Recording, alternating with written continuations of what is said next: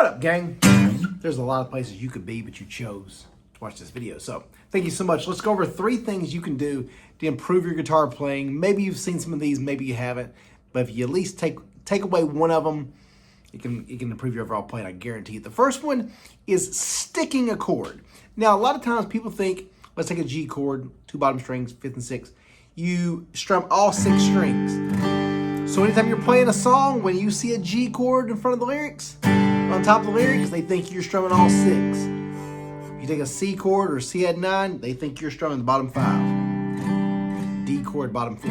But what I found very helpful a lot of times is what I call like sticking the chord. When you go to a G chord, and this is a strumming pattern, y'all know I don't like strumming patterns, but that I use often, where you kind of stick it, then play a little while, stick it. You're kind of nailing it in the ground, boom, and then, so again, you go to a G chord, you're kind of hitting the top 2 or 3 strings.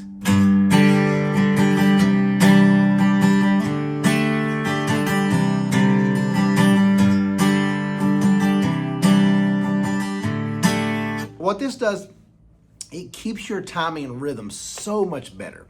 Again, I wish someone would show me that. I thought you always strummed all the strings for that particular chord, but you don't. So when you see a new chord come up and you're trying to figure out a song, focus on just like stick it. She's beautiful.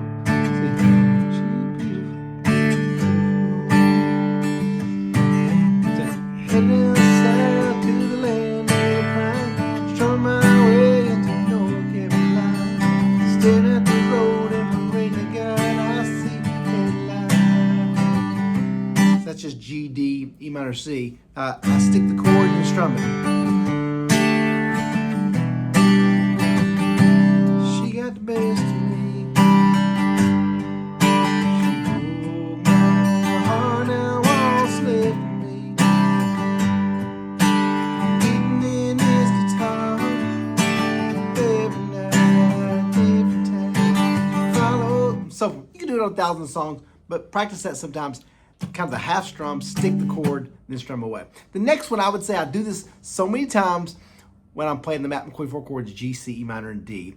I add this little, use your first finger, hammer the 5th string, 2nd fret. So you play it open and press it, then go to the 4th string, hammer on. So hammer the 5th, hammer the 4th, 3rd, then go to your next chord. And what you do, you replace one of the strums with this. So for example, 2 G's, 2 C's, 2 E minors, 1 D.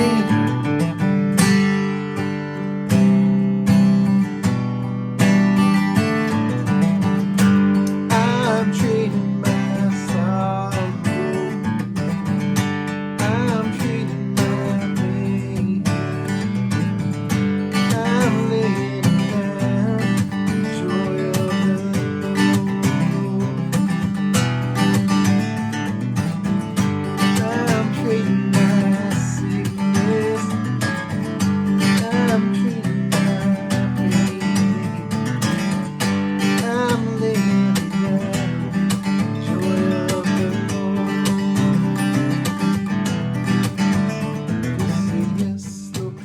So you can see it's really cool. It's great exercise. I was getting all fancy there with palm mutes, that kind of thing.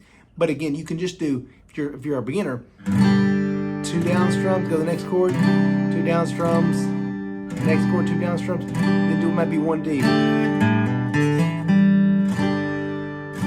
I would just work on that to kind of get the timing down.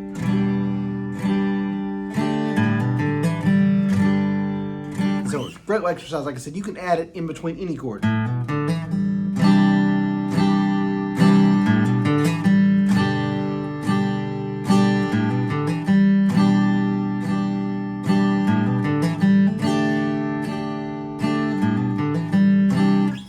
And the last little tip I would give you is, I talk about this a lot, lagging your first finger. So when you go into a chord, for example, the C add 9, take your first finger off, strum the chord, then add your first finger. That's all you're going to do.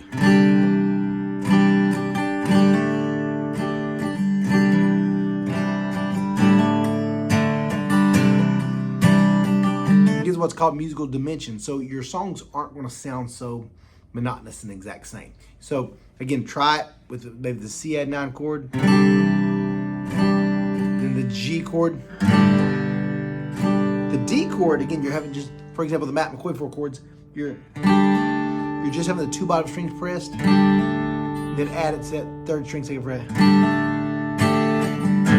A lot of times on E minor, I'll do both strings, 5th and 4th.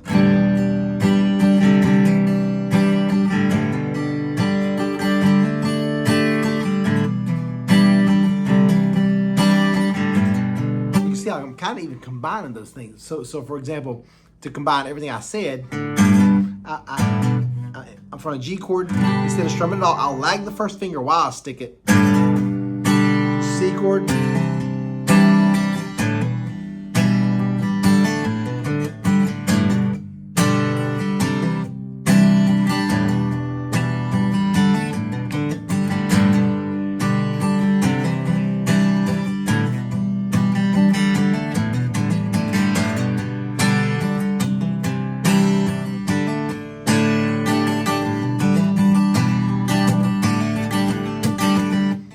A lot of people say, what are you doing there? Especially my D chord. I'll stop the strings, but I'm doing that lag. You hear the 2 sounds? 1 strum, 2 sounds.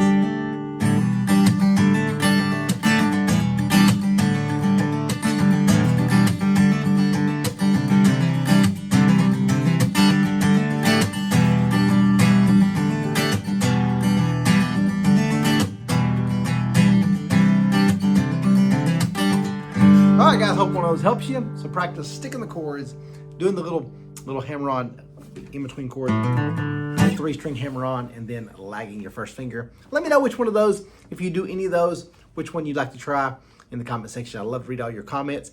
I have a course called Tips and Tricks course, by the way. It's got a bunch of little stuff just like this, many chapters of little things like this. So if you already know chords and basic strumming patterns and you're looking to kind of up your guitar game, that's the course I would recommend you get. It's called Tips and Tricks over at CountrySongTeacher.com. So hope it's a blessing to you. Love you guys. Catch you tomorrow. God bless you.